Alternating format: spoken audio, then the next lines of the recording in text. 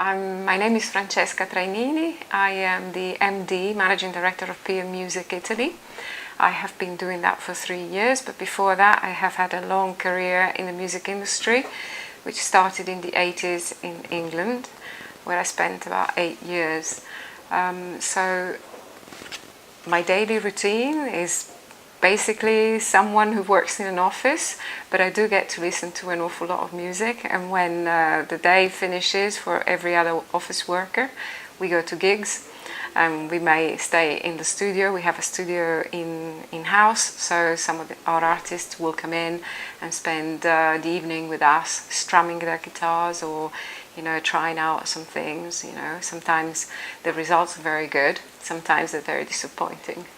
It wasn't very much, it wasn't a conscious decision. It was something that happened to me. I was in the UK, in London in 1979, and I was there trying to spend the summer while, before I came back to Italy to graduate at university. And I got a temporary job at Virgin Records. So I came back, discussed my thesis, and the very next day I went back to the UK and continued to work for Virgin for another 3 years, and then I worked for Chrysalis Music for another 5. So yeah, that's how it started. And I must say, music has always been one of my favorite things, but I never would have expected to actually be able to witness so many interesting things, so many important acts, and be part of some of the things that everyone remembers in our country and even in Europe.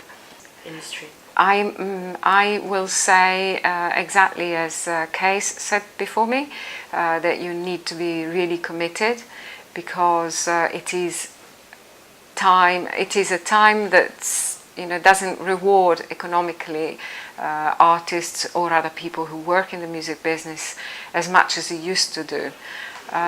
This is partly because of the digitalization of music that we know about, but also due to some of the players not playing fair. So that's another item for another time. But people must be very committed, and I think they ought to, if they want to work in music as artists or producers or studio engineers, they should actually study what they want to do. If they want to work in the music business as social media managers or photographers, video makers, they should really invest in their passion and get the best instruments they can manage and present their work to the best of their abilities. It's no use going to an interview and saying, this is only just a draft and I will do better next time. No, you've got to turn up with the very best you can do. Yeah. It was 1985, or perhaps a couple of years later, one of the Italian artists I was working with was having a huge success at the time, and he continues to this day, but I will not spoil your fun by telling you who it is. He happened to mention in an interview that he really liked to wear coloured socks, and we basically, the next couple of weeks, we were swamped by socks that came from everywhere in Italy. Everyone had socks forever because he couldn't possibly take them home, all of them.